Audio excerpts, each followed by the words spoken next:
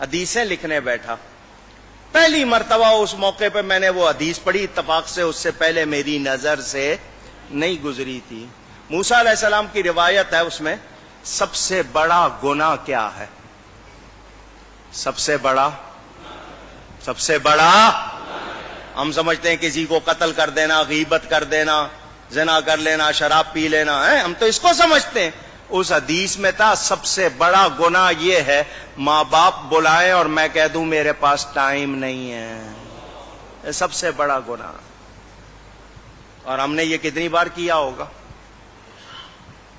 ہم تو آرڈر چلاتے، ماں کو کہہ دیں گے صبح اتنے بجے مجھے ناشتہ چاہیے، میرے کپڑے چاہیے، میرے دوست آ رہے ہیں، یہ پکنا چاہیے. ماں یہ نوکر ہے.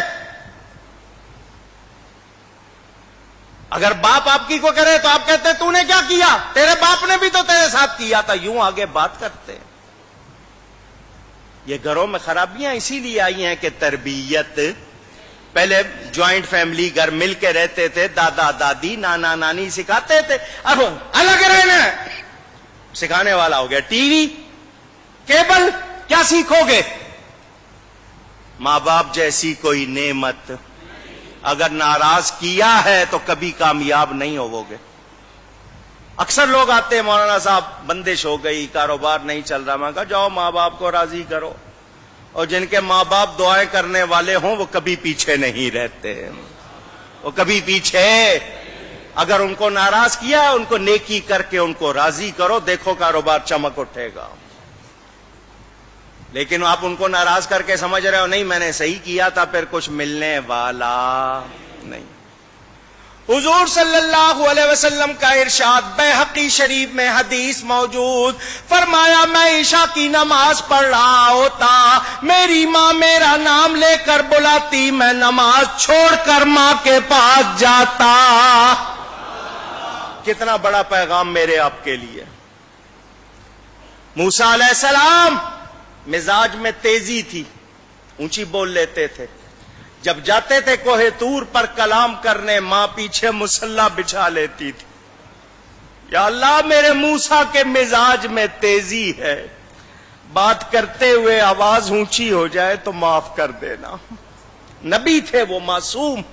ماں ہوتی ہے، دعا کر رہی ہے، ماں کا انتقال ہو گیا. موسیٰ علیہ السلام طور پر گئے، غیب سے آواز آئی آج ذرا ہوش سے بات کرنا، پیچھے دعا کرنے والی نہیں بیٹھی. اب پہچانو ہمارے گھروں میں بے برکتی اسی لیے ہے کہ ہم نے ماں باپ کی قدر بلا دی. مگر ماں باپ بھی بڑے عجیب ہو گئے، انہوں نے اولاد کے حقوق نہیں پہچانے.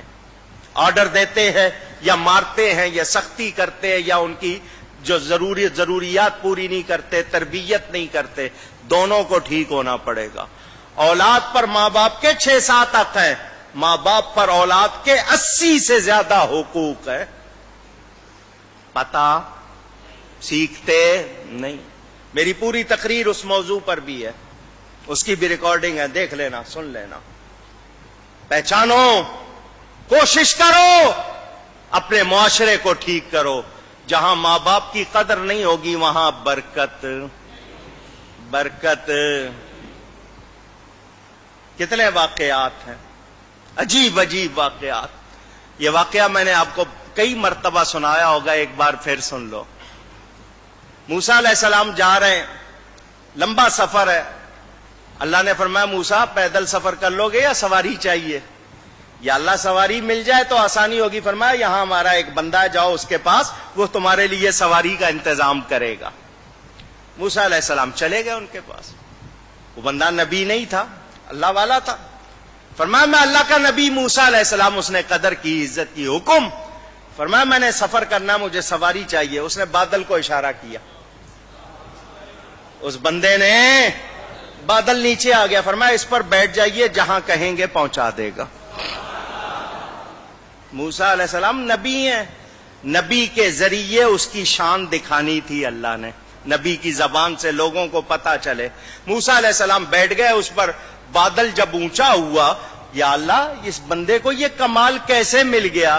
اللہ نے فرمایا موسیٰ اس نے اپنی ماں کی بڑی خدمت کی، اپنی ماں کی بڑی خدمت کی، اس کی ماں نے ایک دعا دی تھی، اس کی ماں نے